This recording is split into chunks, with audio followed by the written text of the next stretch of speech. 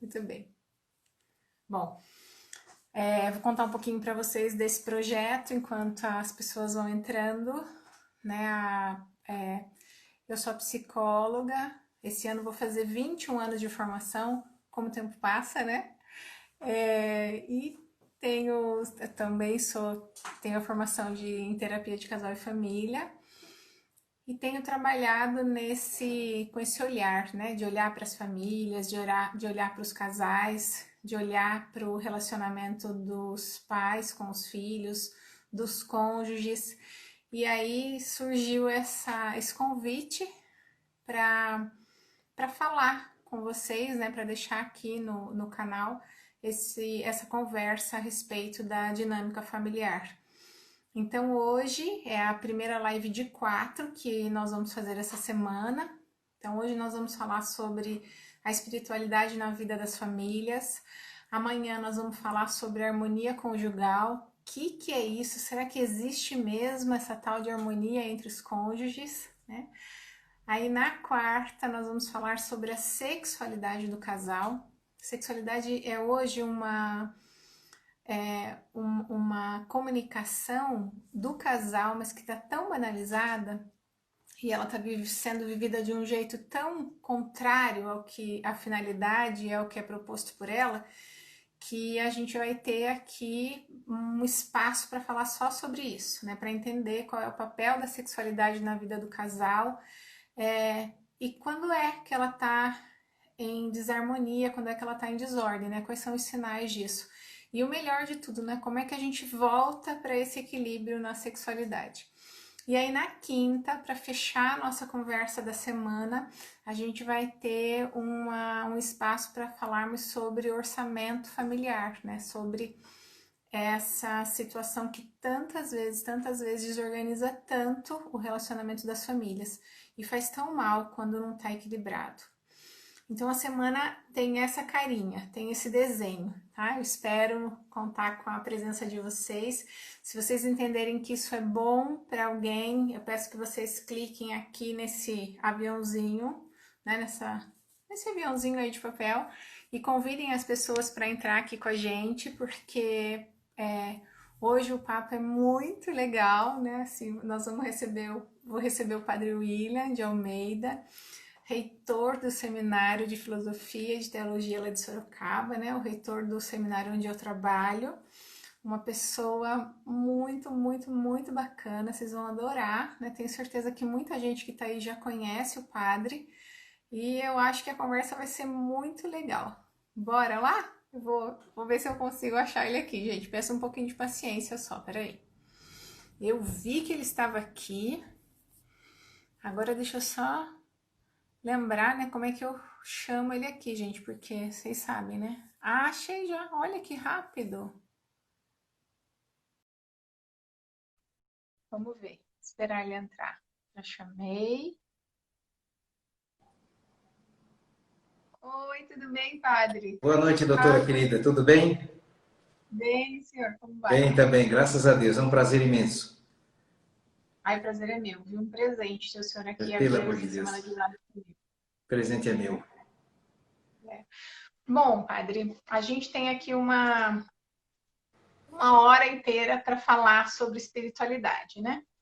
E conforme a gente foi conversando um pouco hoje à tarde, eu queria propor para o senhor uma reflexão onde a gente começasse a pensar no matrimônio como vocação.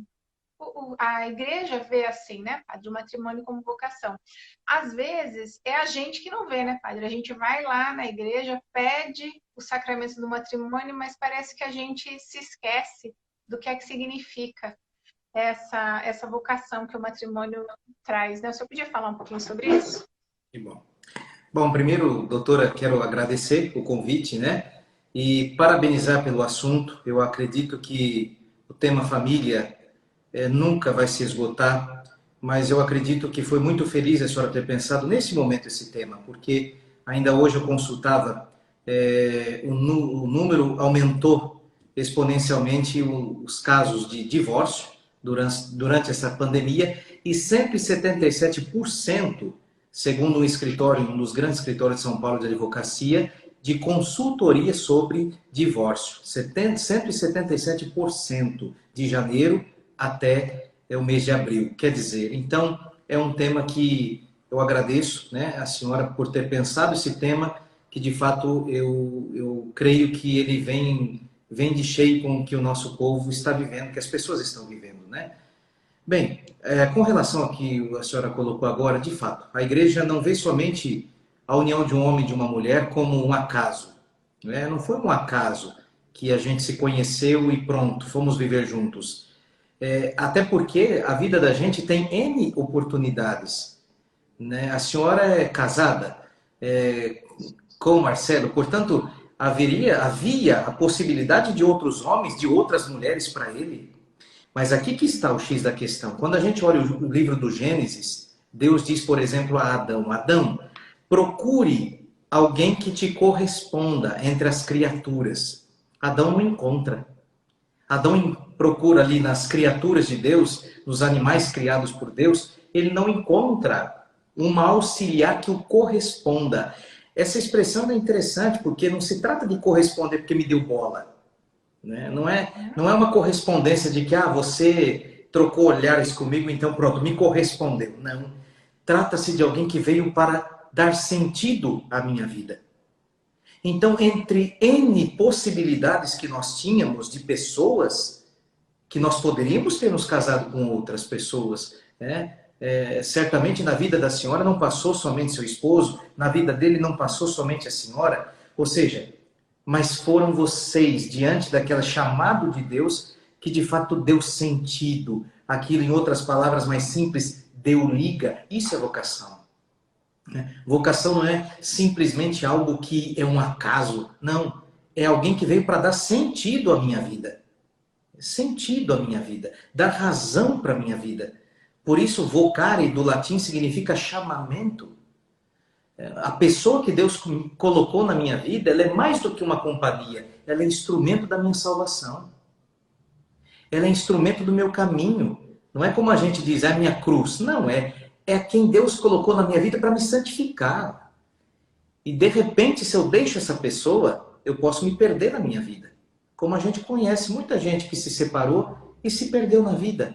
Porque de fato aquela pessoa foi quem Deus colocou na história dela para dar sentido à sua vida. Não simplesmente para ser alguém companhia, somente falando assim, mas é que veio para dar sentido à nossa história. Por isso que a igreja vê com muita clareza que a união, né, matrimonial de um homem e de uma mulher não é somente uma união pela união, ela é uma vocação. Ela é algo que... Padre, tem uma coisa que eu acho interessante, eu queria saber o que o senhor acha, que às vezes a gente entende vocação, é a minha vocação, enquanto está tudo bem, né, padre? Né? Começou Exato. a dar errado, né? Começou a dar trabalho. Não, mas acho que não é bem essa a minha vocação. Tem isso também, padre? Como é que o senhor escuta por aí? Demais, né? A vocação implica ônus e bônus. Né? Né? É A um gente, pacote, né, padre? né? E isso na vida de todo mundo. Nós temos uma coisa, doutora, não sei, a senhora tem mais experiência que eu nisso, mas nós temos uma saudade daquilo que a gente não viveu. A gente acha que, dados momentos da nossa vida, a gente vai achar que, puxa, eu poderia ter sido mais feliz em tal ocasião da minha vida. Isso é ilusão, né? Isso é ilusão. O bonito é a gente enfrentar os problemas juntos e crescer juntos. Até porque, né, padre, a vida real não é justo a gente comparar a vida real com uma possibilidade que eu trago nos pensamentos, uma fantasia, né? Daí fica muito injusto, né? Por isso, hoje a gente chama, né, de inconsequência pubertária, né? Quantos adultos estão vivendo como adolescentes? Por quê? Porque não encara a vida real. Porque acha que se voltasse um jovenzinho, a vida vai mudar, achando que vai trocar uma roupagem, mudar o casamento, partir para outra, e os problemas vão nos perseguir, porque a tempestade não se arma lá fora, a tempestade se arma aqui dentro primeiro, né? A tempestade começa lá no profundo do oceano, como começa dentro da gente. E achei muito bacana essa metáfora que o senhor usou da tempestade, porque eu fico pensando, né? Quando eu era criança, padre, eu tive a graça de crescer com os meus avós por perto, né? Então eu tinha avós dos dois lados. E a minha avó materna, ela tinha muito medo da chuva. Então, misericórdia se tivesse uma tempestade. Ela, de fato, ela tinha a chuva como um grande perigo. Mas a minha avó paterna, ela nunca, eu não tenho lembrança da minha avó ter esse tipo de medo, esse tipo de preocupação. Então, veja, o mesmo evento, para algumas famílias, pode ser dilacerador, e para outras, pode trazer força, pode trazer união. Não é assim, padre? Sim, exatamente. Para nos ajudar ainda um pouquinho mais, né? Eu creio que a senhora, assim como eu, né? Variamos na idade, somos quase iguais. Nós somos de um tempo onde a gente quebrava um rádio, a gente levava lá no rapaz da eletrônica, que a gente levava para consertar. Hoje, às vezes não vale a pena você levar um eletrodoméstico para ser consertado. Esses dias me levava um micro-ondas, o rapaz me disse, não vale a pena o conserto, tem que comprar outro. Enquanto isso esteve no plano das coisas, muito bem, né? O duro que isso desceu para o plano das relações. A gente não se conserta mais, a gente se troca. Então eu acho que aqui que está o negócio, né? Assim como que cada um vai viver de uma forma, como a senhora deu esse exemplo, né, dos avós, das avós, assim também a gente tem que aprender a consertar as relações e não trocar as relações. É preciso enfrentar a tempestade, mas consertando as coisas, não trocando as coisas. Você sabe que, o senhor sabe que quando eu penso em relações e penso nessa palavra, né, nessa metáfora aí da manutenção ou do conserto, eu fico pensando que para a gente consertar alguma coisa, a gente tem que saber o que aconteceu, não é, padre? Não é assim, né? Ah, vou levar, olha, parou de funcionar, né? Mas o que aconteceu que parou de funcionar? Eu acho que essa pergunta cabe muito a respeito do matrimônio, né? Poxa, parou de funcionar, né? Esta relação, este matrimônio, essa família não está funcionando como deveria. Então, o que é que está trazendo a falta né, de ressonância, sei lá, a falta de equilíbrio? O que está tirando do eixo? A gente precisa ter essa clareza, não é, padre? E aí eu fico pensando assim, será que a espiritualidade ajuda a gente a ter essa clareza, padre? Sem dúvida. Eu digo que a espiritualidade é o eixo. Se o eixo sai, vamos pensar um carrossel, né? Se eu tenho um eixo fora do lugar, né, não vai funcionar esse carrossel. E a espiritualidade ela me ajuda a ver os sinais de que as coisas não vão bem. O grande problema é que nós não estamos percebendo os sinais. A oração, ela justamente, a espiritualidade, ou a oração, que faz parte do bojo da espiritualidade, ela faz com que eu veja, com que eu sinta quando as coisas não estão indo bem. A oração me ajuda a ver justamente se eu estou saindo fora do equilíbrio, quais os sinais que a minha vida está dando que eu não estou percebendo. Então aí mora a espiritualidade é justamente este sinalizador, esse termômetro que me ajuda a perceber que, olha, é como alguém que, por exemplo, tirou a vida ontem. Me perdoe, essa pessoa não tirou a vida ontem. Aquela corda que ele colocou ontem foi o nó final. Mas se a gente for olhar, havia sinais, né, de que aquela vida estava devagarzinho se apagando. Então, Sim. um casamento também, como a senhora falou, não, as coisas não param do dia para a noite. Né? Vai dando sinal. O meu rádio não parou do dia para a noite, ele vai dando sinal. Então, a espiritualidade, justamente, ela ajuda a pessoa a perceber os sinais. Né? Ela traz esta paz interior à medida que, quando eu entro em mim mesmo, eu vejo os barulhos que estão dentro de mim e vou percebendo as coisas que não estão legais e que eu preciso consertá-las. Do contrário, vai chegar a hora que a coisa para e a gente diz acabou, acabou o amor, aí não tem mais o que fazer mesmo.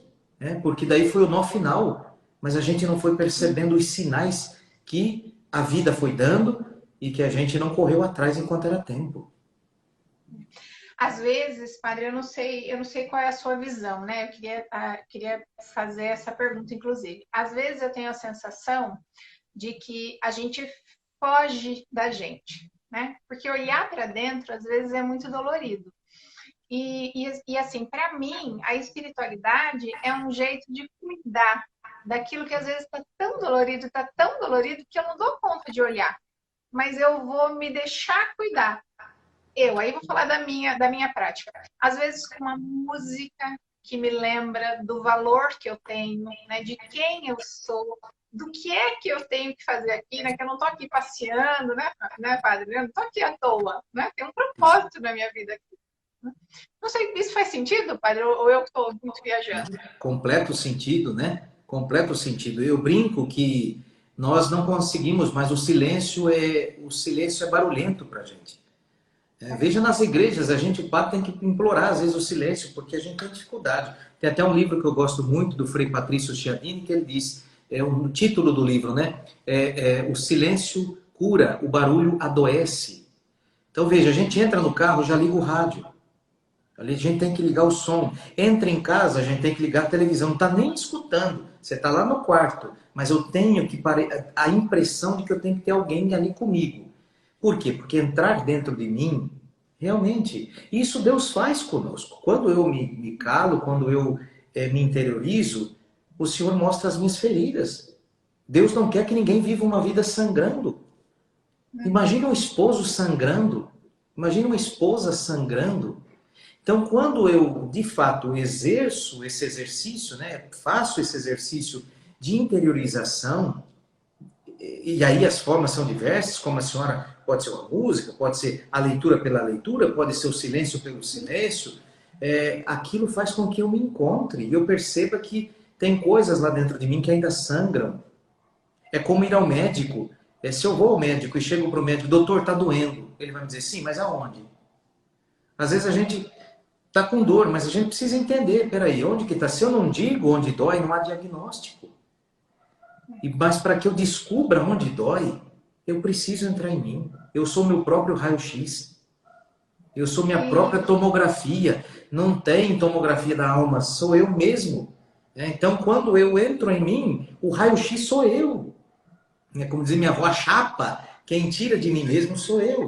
E aí eu mostro para Deus, este aqui, Senhor, aqui está doendo. Dói aquela palavra ainda da minha vida, dói aquilo que minha esposa diz, meu esposo disse, então eu preciso colocar isso para fora e ser curado. Então faz todo sentido. É muito bonito isso que o senhor trouxe, né? A gente é o nosso próprio raio-x, né? Porque tem coisas, eu fico pensando o seguinte, tem coisas que às vezes o outro fala, mas a gente não está pronto para lidar com aquilo. Então não adianta eu te contar, olha, mas eu tô vendo aí o braço tá com o osso quebrado, padre. Enquanto o senhor não estiver pronto para olhar aquele raio-x, né? Ou aquela chapa, Isso. o senhor vai seguir a vida como se aquele osso não tivesse quebrado. E, claro, todo mundo está vendo, né? Às vezes é perceptível para todo mundo.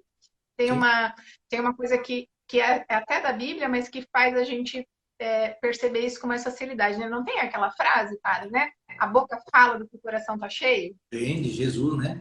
A boca fala Não que o é? coração está cheio. Então, assim, às vezes você tá do lado de alguém que tá pura amargura, que não vê nada de bom, né? Não consegue olhar com gratidão para nada. Tá doente, tá machucado, padre. Mas não conseguiu. Não foi lá olhar o raio-x ainda, né? Não chegou nesse ponto, mas todo mundo percebe que tá ferido. E se não tiver ferido, a gente tem um olhar de gratidão daí para as coisas, né? Mas dependendo do nível das feridas, das dores, a gente perde mesmo essa capacidade, né, padre? Sim. Até porque como é que a gente cuida de uma ferida, né? Se a gente vai ao médico, a ferida, ela criou uma casca. Aparentemente a gente fica tranquilo, já criou casquinha. Mas quem é da saúde sabe que não, lá por baixo ainda sangra, pode estar infeccionado. Como é que eu curo? Arranco a casca. E vou arrancando a casca sempre mais, para que se cicatrize por completo. Isso dói, né? Mas é como a senhora falou, usando ainda, né, o exemplo desse raio-x, o raio-x, quando o médico nos pede, o que ele tem que fazer? Colocar naquela tela, né, iluminada. Tem gente que não quer ir para a luz. Tem o raio-x, mas para que eu faça a leitura do raio-x, eu tenho que colocar sob a luz. A luz faz aparecer. Aqui está a espiritualidade. Quando eu coloco sob a luz, né, a luz divina, aparece quem eu sou. Por isso que São Paulo vai dizer que quando nós chegarmos na eternidade, a gente vai ver como nós de fato somos. Nós nos veremos como nós de fato somos. Não é Deus que vai me condenar quando eu chegar no céu. Eu vou me ver. E eu vou dizer a Deus, olha, não tem condição não. Então, mas já em vida a gente precisa fazer isso. Colocar as nossas dores sob a luz de Deus para que a gente possa ser curado delas, né? Ô, padre, eu falei aqui agora há pouco, né, dos exercícios de espiritualidade que são meus, mas o que outros exercícios o senhor pode deixar aí como dica para quem está acompanhando a nossa live? Nós temos inúmeros. A nossa igreja, graças a Deus, a nossa fé cristã católica especialmente, né? Ela tem um patrimônio imenso de padres, de pessoas, de leigos, de místicos, que exerceram realmente uma mística preciosa. Então nós temos aí para começar um Santo Inácio de Loyola, que criou os retiros espirituais que nós chamamos de inacianos, que são, a partir da leitura da palavra de Deus, extrair o que Deus quer falar para mim. Esta palavra ela não é arcaica, embora, né, vai dizer a palavra de Deus que ela é um baú, né, que a gente retira sempre coisas novas. Mas nós temos também uma Santa Teresa d'Ávila, que era uma mulher esplêndida, que vai escrever uma obra maravilhosa, o castelo interior, as moradas interior que existe dentro de nós. Quer dizer, o homem entrar dentro de si, encontrar Deus na sala principal, colocar Deus no trono principal desta sala. Nós temos a Santa Teresinha. Enfim, nós temos uma infinidade, né? Realmente um patrimônio inesgotável de pessoas que a gente pode tomar como caminho, né? Caminho. Porque a espiritualidade quem faz conosco é sempre o Espírito Santo. Sempre. Sempre é Deus que toma a iniciativa. Né? Todas as coisas que a gente tem é para nos ajudar. Eu sempre brinco, às vezes as pessoas perguntam, padre, me dê uma oração boa. A oração boa é aquela que brota do teu coração. Como Deus não vai ouvir, por exemplo, uma mãe desesperada por um filho? Ela não vai procurar um livrinho de oração para ver oração de mãe pelo filho, não. Basta ela dizer, meu Deus, por favor, né? Por favor. Então, não tem todos e qualquer, qualquer que sejam, os exercícios são ajudas, são caminhos, mas de fato, quem toma iniciativa é sempre Deus com a gente, sempre, sempre, né? Sempre. O senhor sabe, padre, tem uma coisa que quem é meu paciente já me cansou de ouvir falar isso, né? Porque é algo que realmente para mim faz muito sentido, que é falar que a espiritualidade é um recurso, né? O que é um recurso, padre? Né? Por exemplo, sei lá, a minha mãe e minha sogra, que são duas cozinheiras, assim, de primeira, quando elas vão pensar num prato, elas vão pensar nos recursos que elas têm. Então, olha, não, este meu forno, por exemplo, ele fica ótimo para fazer tal coisa. Isso é um recurso. Ou, por exemplo, eu ganhei aqui uma abóbora. Recentemente a minha mãe ganhou uma abóbora, então é um outro recurso. O que eu posso fazer com esta abóbora? E a espiritualidade, às vezes a gente não se dá conta de uma função que ela também pode ter para nós, sobretudo para o nosso equilíbrio emocional. Ela é um recurso. Ela é algo que, se a gente tem como prática, ajuda a gente. Deixa eu ver assim também, padre. Ajuda a gente a se equilibrar, a perceber quem é, a se conhecer. Isso foi dessa forma? Ou sou só eu? Não, eu penso que a espiritualidade, primeiro que ela é um modo de vida. Né? Por exemplo, a espiritualidade existe inúmeras. Né? Então, tem a espiritualidade budista, tem a espiritualidade espírita, tem a espiritualidade hindu. Então, mas, por exemplo, eu falo da espiritualidade cristã. Portanto, ela é um modo de vida. E um modo de vida pautado numa pessoa, que é Cristo. Né? O budista, o Buda, né? O espírita kardecista, em Allan Kardec, ou seja, então aquele que toma para si a espiritualidade, ele pauta a sua vida a partir de alguém. Então, mais do que algo que é momentâneo, que eu tomo como um amuleto, como um desespero, eu tenho alguém que caminha comigo todo dia e vai me mostrando, olha, o que o meu mestre faria aqui? Nessa situação, o que meu mestre diria para mim? Nesse caminho, nessa atitude que eu vou tomar, no meu casamento, como Jesus trataria o meu marido, aqui falando da espiritualidade cristã, né? Como Jesus trataria a minha esposa, né? Porque antes dela ser a minha esposa, ela também é minha irmã. Então, quando eu tomo a espiritualidade como um estilo de vida, ela não se torna apenas alguma coisa que eu recorro quando eu só preciso dela, que é outro perigo, né? Sim. Eu penso que a senhora não diferente, mas é um pouco o drama de nós. Aí tá a síndrome de Burnout, que não me deixa mentir, mas daquelas pessoas que cuidam das outras, né? Porque às vezes você é procurado quando a pessoa precisa. E aí quando ela resolveu o seu problema, cadê a pessoa? Não que eu queira um retorno, mas ela não entendeu que a espiritualidade é muito mais do que uma fuga quando eu preciso. Ela é um estilo de vida. É isso. Não Eu sei se penso me... que, Não sei nossa, eu se é achei isso. ótimo, Paty, porque quando eu penso na espiritualidade como recurso, eu fico pensando na espiritualidade como algo que faz parte de quem a gente é, né? Então, eu cuido do meu sono e eu cuido da minha alimentação porque eu tenho um corpo físico que requer esse cuidado, né? Requer.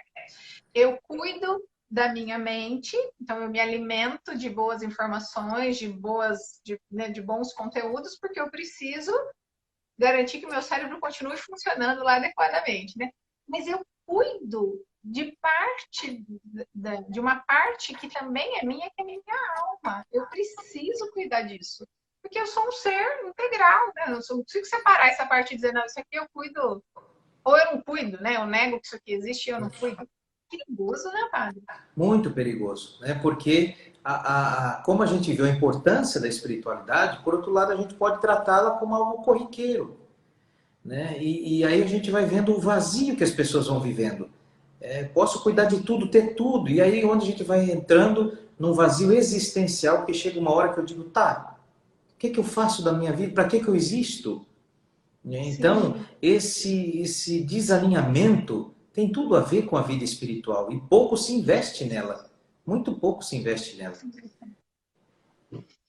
Padre, o senhor falou agora há pouco aí do zelo, né, de Jesus com a gente, né, do zelo de Jesus, e me fez pensar na relação homem e mulher, né? Também agora no começo o senhor citou a criação, né, de Adão, e depois Deus dizendo a Adão que vá procurar alguém que lhe fosse semelhante.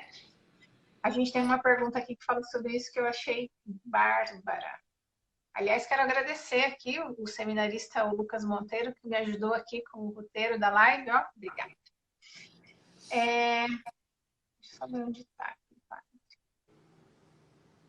Bom, tem uma pergunta que é assim, padre. Ó.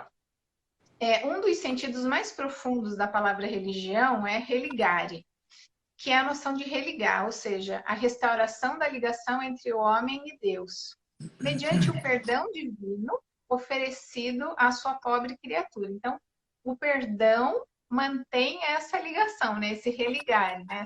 Essa comunicação entre o homem e Deus. Mas se a gente pensar na vivência da religião como também algo que tem o poder de religar as relações que se rompem entre o marido e a mulher, dá para pensar nisso nessa perspectiva, padre? Na religião como esse poder de religar as relações feridas, as relações de, sei lá, de quebra de confiança, de quebra, né? Aqui no consultório eu digo assim, combinados, né, padre? A gente quando casa ou quando começa a namorar, que seja, a gente cria uma expectativa e vai, se fizer direito, vai expressando essas expectativas e criando combinados, né, padre? Só que nós somos seres humanos e em algum momento vamos errar. Uns de um jeito, outros de outros, né? Mas errar faz parte da nossa condição. Você acha que a religião, a espiritualidade pode ser uma via de religar este casal novamente? Eu acho que se não fizer isso, não é religião, né? Então, já diz o nome, né? Se ela não levar para isso, claro, primeiro, aquele que busca pela religião deve querer. Então, a primeira atitude minha, quando busco a religião, a fé, a espiritualidade, é querer construir ponte, não levantar muros.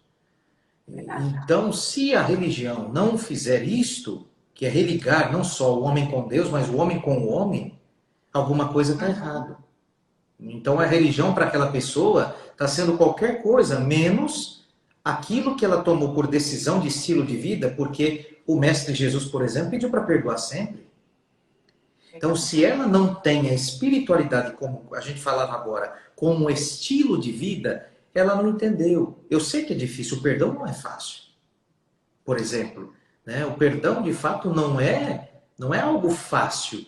Mas quando a gente coloca sob a luz divina, olhando para Cristo, por exemplo, tudo que ele viveu e foi capaz de oferecer um perdão, e quando perguntado por Pedro, Senhor, devo perdoar só 7 vezes? Jesus, não, 70 vezes 7. Lembrando que o 7 é a perfeição. Então, quer dizer, sempre. A gente não perde por amar e perdoar. Perde quem não aceitou perdão e não mudou. Sim, sim, verdade. Então eu acho que a religião, acho não, nós temos que ser esse caminho que mostra às pessoas, e isso não como um efeito placebo, não como uma autoajuda, mas algo que realmente fazer a pessoa entender que a outra, o outro na vida dele, dela, é alguém que Deus colocou ali que faz a diferença, né? Que faz a diferença. Não basta a gente simplesmente se abandonar e depois ficar sofrendo pela vida. Eu sou filho de pais separados. Eu sei bem do que eu estou falando. Né? Eu sou filho de pais separados. Eu sei bem o que eu estou falando, porque até hoje a gente, né, percebe alguns sinais que não ficaram bem resolvidos. Que não ficaram bem resolvidos. Então, eu penso sempre que a religião deve. Né? O duro é quando a pessoa já chega com a situação desfacelada. Quando joga em cima da gente aquilo tudo, como se diz, olha, não há mais o que fazer, nós estamos aqui, então resta-me rezar. Né? Mas como é bom quando a pessoa permite que a gente acompanhe. Né? Eu acho que é a mesma coisa com a senhora. Como é bom quando a pessoa, sabe, rasga o coração. Né? Quando as pessoas se colocam ali na sua frente, padre, nos ajude, a gente não está se entendendo aqui. O que a gente pode fazer? Agora, quando a pessoa chega de fato com a situação arrebentada, fica muito difícil. Né? Mas é claro, para Deus nada é impossível. Aí a gente tem que crer nisso. Né? Tem que fazer a pessoa lutar por aquilo que ela vê que é importante. Sim. E sem desanimar, né, padre? Eu acho que a espiritualidade também tem um pouco esse papel, né? De dar força pra gente quando a gente já não tem de onde tirar força, né? Nós Eu acho que falamos... saber, Não, pode, por favor. a gente saber que pode contar com alguém, né? A gente saber que Deus está ali para nos dar suporte, justamente porque a gente não consegue mais lidar com aquilo. Ai, que delícia, né? Que perspectiva aqui, porque a mim me encanta. A gente que está dentro do tufão não vê a saída. Né? Eu sou padre, mas eu também, quando estou no meio dos meus temporais, eu preciso de um farol. Né, que me indique que eu tenho um lugar, eu tenho um porto seguro. Então também preciso, no meu caso, do meu sacerdote, meu diretor espiritual, a quem eu recorro, digo, padre, eu não estou conseguindo enxergar. E de repente é muito claro para ele, mas para mim não, porque eu estou no meio da tempestade. Assim também, quando a gente permite que alguém, puxa, seja o meu farol, né, não sou a salvação, mas é mostrar que existe terra firme, que existe porto seguro. A tempestade passa. Agora, quando a gente permite isso, né, o grande problema é que a gente, às vezes, não percebe, como a gente dizia no começo, esses sinais, isso tudo, a gente não permite que cuidem da gente. Não é vergonhoso a gente dizer não estou bem, não é vergonhoso dizer estamos em crise no nosso matrimônio. Crises em grego significa crescimento. Não é vergonhoso. Olha, adorei essa perspectiva. Né? Então, se a gente não permite que, olha, puxa, eu estou em crise. Né? A outra palavra de Simone Pacot, que ela diz, a boca fala, o coração sara. A gente não fala, então vai ficar doente por dentro. Então, Isso, padre. Na psicologia, a gente vai dizer que palavras, né? Aliás, na psicologia não, na filosofia, vão dizer, as palavras vai dizer assim, né? Que doenças são palavras não ditas. Olha a força disso, padre. Pois é. Quantos depois porque a gente entende, né? Perdão, por exemplo, como falávamos agora, a gente entende errado.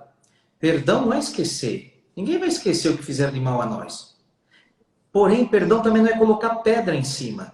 O grande problema das relações familiares, dos casais, do matrimônio, é que a gente coloca uma pedra, não se fala mais nisso. Só que na primeira chuva, a pedra rola, aí a gente olha para o outro e diz assim, da outra vez você fez isso, eu te perdoei, agora não perdoo mais. Quer dizer, então não houve perdão. Né? Perdão, eu sempre digo, é ter um machucado, uma cicatriz feita por você, ou não importa quem seja, mas ela não dói. mais. Quando eu olho, eu me lembro que foi aquilo que você me falou, foi aquilo que você me causou, mas olha, é apenas uma cicatriz, mas não dói mais. O problema é que as pessoas adoram cutucar aquilo que o Deus já fechou. Então não vai haver perdão, nunca. É isso mesmo. O senhor sabe que eu fiz uma vez, tive a graça de fazer um curso uma vez com um padre lá de Fortaleza. A Elaine tá aí, tô vendo ela aí. Oi, Elaine, põe o nome do padre aí pra mim, que eu esqueci o nome do padre, Elaine. E ele tem um curso que chama ESPERE, Escola de Perdão e Reconciliação. E ele tem uma definição que eu acho fantástica sobre não perdoar, padre, que é você andar com uma cadeira nas costas, literalmente. Você que não perdoou, carregando aquela cadeira, que é a falta do perdão. Você acha que tá tudo bem, mas você literalmente passa a vida carregando um peso desnecessário, carregando algo que traz dor, que traz desconforto, que te impede de se relacionar corretamente com as pessoas. Obrigada, Marcelo. É o Padre Manu, lá de Fortaleza. E ele dizia assim, padre, tinha uma dinâmica que ele fez com a gente no curso que é bárbara. Cada um de nós com uma cadeira nas costas. Todo mundo ali com a cadeira nas costas. Ele falou assim, agora abraça o seu irmão, diz pra ele que você tá feliz, que você tá vendo ele, que ele é bem-vindo. Você não consegue nem se aproximar da pessoa com a cadeira aqui, ó, nos ombros. Então ele fala, é isso que o perdão faz, ó. Ele te afasta das pessoas, não te afasta daquele que te feriu. Ele te afasta de qualquer pessoa. Você tá deixando sobre você um peso que você não precisa carregar. Então, perdoar é cuidar primeiro de você. Então, é um ato de caridade com você. Justamente. E se você não achar que pode ter esse ato de caridade, você não consegue, sabe? Você não consegue dar esse passo de, ó, eu não quero mais levar o peso disso que fizeram comigo ou do que eu vivi, né? Isso precisa ficar lá atrás, precisa passar, né? Não vai ser esquecido, como o senhor falou, mas não precisa. Não. É só ficar no lugar dele, lá no nosso passado. Justamente, né? Porque o perdão é libertador. O perdão é libertador, né? O William Shakespeare dizia: o ressentimento é como um veneno que eu tomo, esperando que o outro caia. Vai fazer mal para você, não vai fazer mal para o outro, faz para você, né? Agora, quando a gente pensa na espiritualidade como uma via de obtenção desse perdão, padre, eu fico pensando, tem alguma dica que o senhor pode dar, padre? Como é que a espiritualidade pode ajudar na obtenção ou na busca desse perdão? Eu acho que a primeira coisa que a gente aprende com a espiritualidade é que nós somos falhos. O grande problema, doutor, aqui, na minha opinião, é que a gente espera muito das pessoas. Quando a gente se casa, a gente espera de um super marido. Quando as pessoas olham para o padre, elas esperam um super padre, uma super mulher. E à medida que a gente vai vivendo, a gente vai descobrindo que não existem super. Super é só Deus. Só que a gente deposita, a gente coloca sobre as pessoas, sabe, uma carga de expectativa que é impossível da pessoa dar conta. Sêneca dizia, de onde vem a raiva? Ele respondia, de uma expectativa frustrada. Ou seja, eu espero tanto da senhora, agora conheci a melhor psicóloga, a melhor amiga. E um dia eu descubro que aí mora um ser humano. E que hora ou outra pode pisar na bola comigo. Aí vem o quê? Ai, que raiva, por que eu confiei? Então, o que a espiritualidade nos ajuda? A gente se ver como ser humano. E se você pisar na bola comigo, não significa que você é mau. Significa que você é humano. Então quando eu mergulho nessa espiritualidade, quando eu mergulho no mistério de Deus, eu descubro que Ele criou seres que são frágeis, que pisam na bola. Quantas vezes eu pisei na bola com os outros, mas eu exijo que me perdoem, mas eu também preciso entender que o outro é tão ser humano, tão frágil quanto eu. Então, acho que quando a gente vai para as relações, seja elas quais forem, no caso o matrimônio, a gente precisa entender que eu não estou me casando com um anjo, eu estou me casando com um homem, ser humano, com uma mulher, e hora ou outra vai pisar na bola comigo. Como eu que sou padre, piso na bola muitas vezes com muita gente e pisarei até a minha morte. Mas como é bom quando as pessoas olham para a gente como você é um ser humano. Meu marido é um ser humano, não é o Clark Kent. Né? Minha mulher não é a Mulher Maravilha, é alguém passivo de falha, de erros. Mas mais do que isso, o que nos difere dos animais, embora cheios de defeitos, mas nós temos a capacidade de dizer, me desculpe, me perdoe. Então, para mim, a espiritualidade tem esse grande serviço, fazer com que a gente se olhe antes de qualquer coisa como seres humanos. Nossa, padre, isso é muito bacana, porque o que eu penso a respeito nessa colocação que o senhor falou aí, né? Do que eu espero do meu marido, por exemplo. Às vezes eu crio expectativas que o meu marido atenda que ele não é capaz de fazer. Né? Não é nem que, eu falei agora há pouco sobre combinados, né? Não é nem que ele está quebrando um combinado, não é isso. Às vezes eu espero coisas do outro que o outro não pode me oferecer, que o outro não dá conta de me oferecer. E aí eu penso que às vezes a gente coloca o outro no lugar de Deus. A gente espera que o outro seja capaz de cuidar de coisas que é a Deus que cabe isso, né? Por exemplo, a gente sabe, né, padre? Aonde é que está a nossa satisfação completa? Não é aqui, padre. Né? Isso é lá, quando nós chegarmos lá, não é? Uhum, justamente. Aqui não haverá 100% felicidade nunca. Né? Senão não precisaria da eternidade. Né? Né? Aqui nós sempre teremos esta. Sempre está faltando alguma coisa. E é justamente essa falta que me faz buscar aquele que é tudo. Que não é uma pessoa. É a pessoa, que é Deus. Né? Então, se eu espero, eu sempre digo que Deus coloca as pessoas na nossa vida para completar nossa felicidade, mas ela não pode ser a razão da minha felicidade, que é outro problema. Eu vejo tanta gente carente que sai de um relacionamento arrebentado, entre outro pior.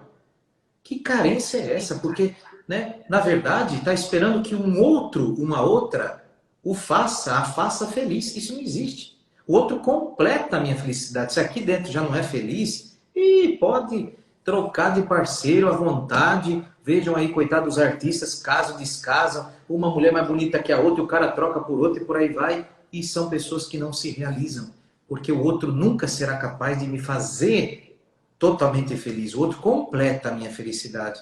Imagina a gente viver com alguém que espera de mim total felicidade dele. Meu Deus, deve ser um peso danado conviver com alguém que diz: você é a razão da minha felicidade. Eu ficaria muito preocupado se eu tivesse alguém assim ao meu lado. E às vezes também, padre, você acaba colocando o outro numa armadilha tremenda, né? Que é essa de ser responsável pela sua felicidade, né? Assim, tipo, não, se Exatamente. você não estiver aqui, eu não serei feliz. Se você não fizer, não for para este lugar comigo, eu não serei feliz. Rapaz, isso é uma armadilha tremenda para o relacionamento. Isso é horrível e acontece muito. Esses dias atendi uma pessoa, né, não foi caso de confissão, nada, mas que estava muito aflita, porque o ex, né, escreveu uma carta a ela, dizendo que de fato ele não deu conta de perdê-la, porque ela era a razão da vida dele, cometeu suicídio. Agora imagina como essa pessoa está, entende? Então não, eu dizia a ela que ele encontra a eternidade, porque ninguém pode fazer do outro, sabe? Isso é o que a senhora falava, é colocar a pessoa num patamar que ela não dá conta, é injusto para a pessoa, né? É injusto para a pessoa. E às vezes é o que a gente está vendo, ó, quer dizer, se você não é minha, não é de ninguém, então eu te mato. Né? Veja aí os Deus. feminicídios. É um grau de doença realmente, de colocar no outro a minha completa expectativa de felicidade. Então, se você não é minha, não é de ninguém. Isso não é amor. Isso é qualquer coisa menos amor.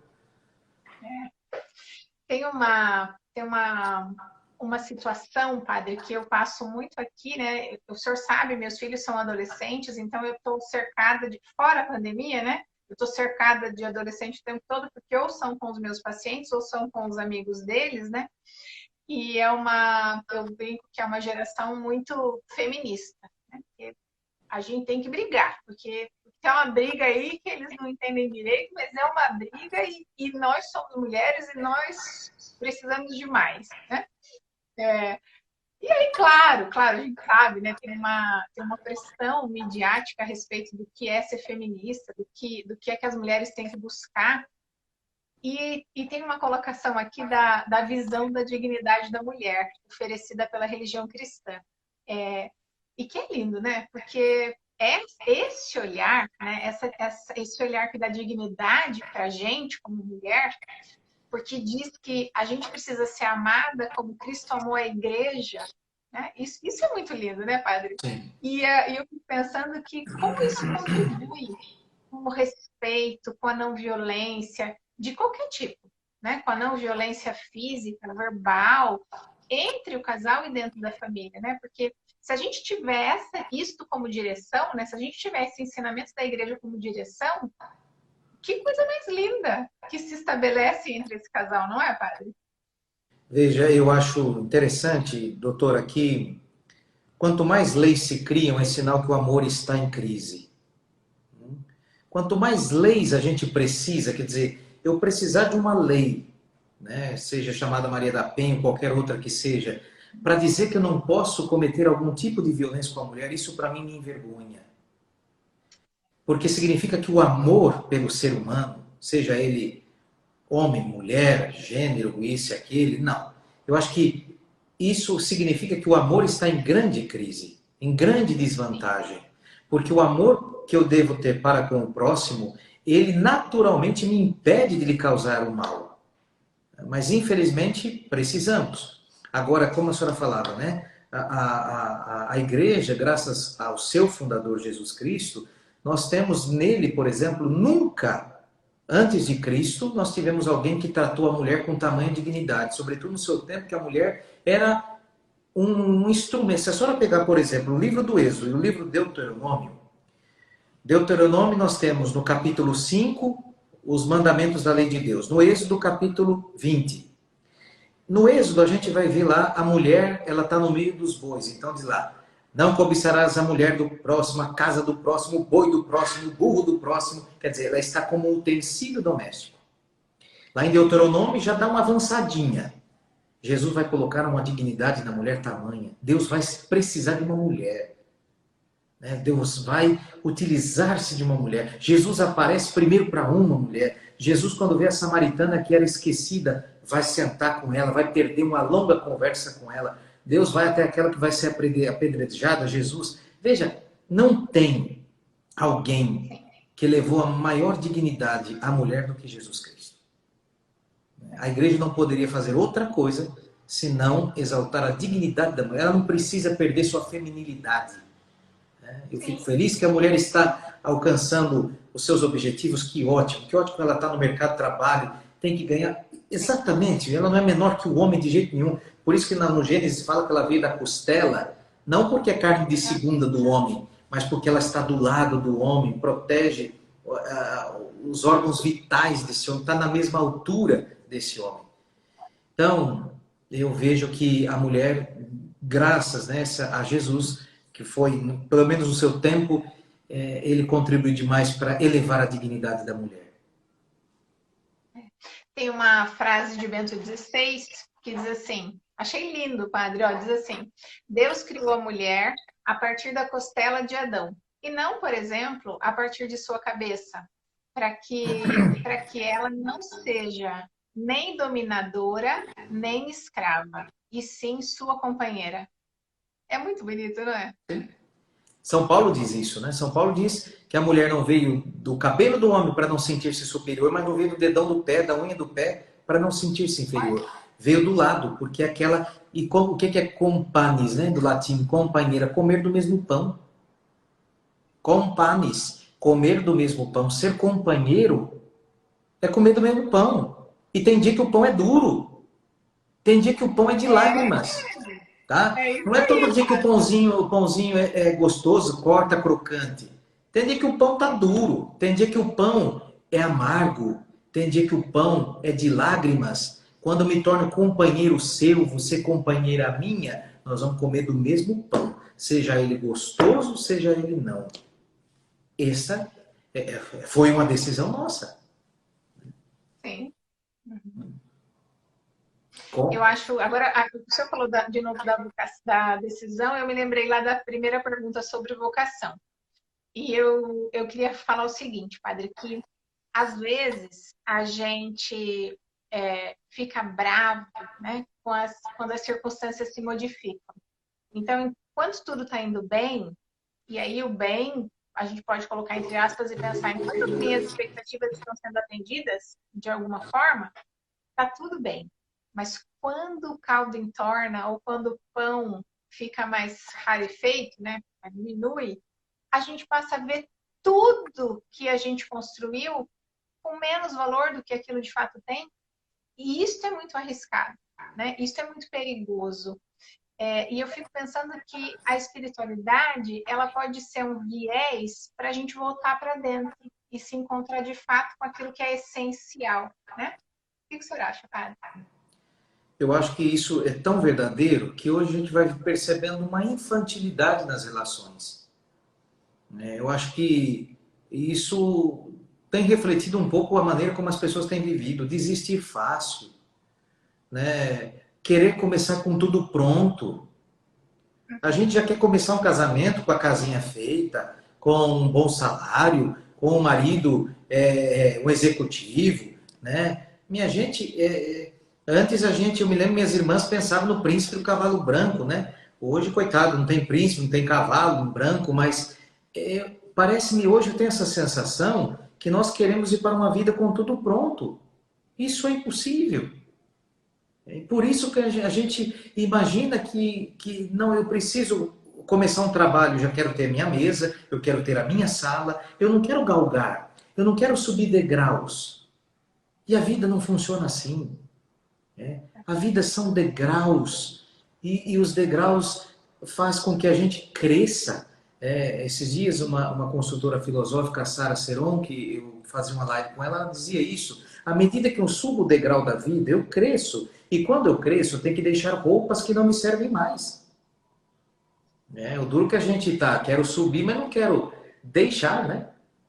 Então eu não deixo meus caprichos, eu não deixo. E não dá para você viver uma vida a dois e querer continuar sendo o galã antigo. Não dá para eu ser a menininha. Eu acho que a gente tem que viver. Olha, isto é o real da minha vida, eu preciso ser feliz com isso que eu tenho. Existe um ideal onde eu quero chegar, mas eu tenho que partir do real que eu sou. Então, não sei até que ponto as pessoas não vivem de um ideal sem partir do real. Não vai dar certo. Então, a espiritualidade, de fato, ela me ajuda a perceber quem eu sou, onde eu devo chegar, onde Deus quer que eu chegue, mas sem deixar de lado o real que eu sou hoje. E eu penso também veja bem, padre, eu penso assim, que eu preciso ver sentido no agora, para poder ir em busca do ideal. Que ok, né? Ok que eu tenho uma meta, ok que eu tenho uma expectativa, ok que eu tenho um sonho. Mas o meu agora, o meu real, precisa estar repleto de sentido. Precisa estar repleto de felicidade, né? Porque senão eu vou viver uma eterna fantasia, né? Eu fujo do agora nessa expectativa de que o amanhã vai ser melhor, o amanhã vai ser melhor. Eu não vivo nada. Sim, e de fato, por isso que Marx ele tem uma certa razão quando ele diz que a religião pode ser um ópio do povo quando ela não faz isso comigo. Quando ela não faz com que eu pise a minha realidade e queira transformar minha vida para eu ter um bom futuro. Então, eu posso construir uma igreja, uma religião ópio, à medida que eu digo assim, não, se conforme, mais à frente, tudo pode mudar. Não, é mudar o já. Por isso que eu gosto, né, da diferença que é os dois verbos, né? Esperar e esperançar. Esperar é sentar e ficar esperando. Não, esse verbo está errado, tem que empregar o verbo esperançar, que é esperando no que vem, mas partindo do agora. Mudando o agora, porque o futuro melhora. Agora você me fez lembrar de uma outra coisa, olha, que tem a ver com isso, né? Com esperançar e esperar. Adorei, padre, porque olha só, às vezes a gente escuta que, olha, reza pelo seu marido. O seu marido está assim, está assado, então reza, entrega o seu marido para Deus, né? Então, mas essa é a parte da esperança. Mas qual é a parte do agir? Qual é a parte que é minha nessa história toda? Porque tem uma dificuldade que se estabelece entre eu e meu marido, que às vezes eu posso agir, né? Que às vezes eu posso atuar. Não é só esperar em Deus, né? Algumas coisas sim, mas o que será? Será que na sua vida, gente, olha só, será que na sua vida tem algo que você pode fazer, né? Ok, tem a parte que a espiritualidade vai cuidar, tem a parte que você vai deixar que Deus atue. Mas e a sua? Tá claro para você qual é a sua? O que o senhor acha, padre? Tem mesmo? Uma parte que é Opa, nossa? com certeza, né? Deus não colocaria uma pessoa na vida da outra se esta pessoa fosse alguém simplesmente neutro. Deus colocou esta pessoa na vida da outra porque ela tem condições de ser o suporte daquela pessoa. É isso que vai dizer Paulo, né? Maridos, esposa, suportai. Não é suportar de aguentar, suportar do latim significa levado aos ombros. Às vezes a gente vai ter que pôr a pessoa um pouquinho no ombro. Há momentos na vida, por exemplo, o marido está desempregado. É um momento que eu tenho, tá bom, eu entreguei para Deus, mas eu vou ter que dar, vai pesar um pouco mais aquela fase, aquele momento. Outro momento, minha mulher está depressiva, eu tenho que oferecer o ombro. Nós somos pastores uns dos outros também. Então, sem dúvida, eu acho que a gente tem que ter essa noção de que a gente tem que ver o seguinte, onde meu braço alcança, eu tenho que fazer. Quando eu não alcanço, aí é o de Deus. Mas sem dúvida, nós somos responsáveis pelo outro. E se Deus me colocou na sua vida, é porque eu tenho algo que eu posso fazer por você e você por mim. A gente não pode lavar as mãos simplesmente e dizer, deixa com Deus, né? Claro, o papel dele sempre ele fará. Ele é do impossível, mas o possível nós podemos. Ai, padre, que bonito, adorei isso, de que a minha responsabilidade é até onde meu braço alcança. Ai, que bonito. Né? Ficou, Mas ficou muito prático, porque ao muito mesmo tempo eu bacana. não posso sentir-me Deus na relação, né? Mas ao mesmo tempo também eu não posso eximir aquilo que Deus pede de mim com você, né? Deus pede de mim. E às vezes é muito pouco, às vezes é abrir o coração para a pessoa e dizer o quanto ela é importante na minha vida para que a pessoa desperte que ela é amada, né? É Porque verdade. Padre, o nosso tempo acabou. Olha isso, voou imagina. aqui o horário. Padre, foi um prazer. Eu agradeço demais a sua participação aqui com a gente nessa semana de psicologia e família. Nossa, foi uma benção, foi uma delícia essa conversa. Espero que o senhor apareça mais vezes por aqui. Vamos cuidar disso. Queria agradecer a todo mundo que esteve aqui com a gente, né? O pessoal de Serquilho, ai que saudade de vocês. Foi muito bom vocês aqui com a gente, né? Minha família de Tapetininga aqui, olha, foi uma delícia. Mas o tempo do Padre Rodolfo, oi, padre, tudo bem? A Léo, a Rita, tudo bem? Não continua, não dá. O padre, coitado do padre, cheio de compromisso. Imagina. Mas, padre, obrigada, viu? Eu que te agradeço do Pode se fundo do despedir, coração. padre. Eu quero ouvir uma palavrinha sua. Uma bênção, estão dizendo aqui, padre. Eu que agradeço do fundo do meu coração, que essa semana seja um sucesso. Não tenho dúvidas que foi uma inspiração divina à senhora, ao Marcelo, que seja de fato uma semana que fale ao coração das pessoas, das famílias, dos casais. Muito obrigado a todos que nos acompanharam, muitos seminaristas, nossos paroquianos. Obrigado, do fundo do coração, sempre às ordens. Obrigada, padre. Boa noite, Boa viu? noite, bom Tchau, descanso. gente. Boa noite. Até amanhã. Amanhã às 8 tem mais. Amanhã a gente vai falar sobre harmonia conjugal. Tchau.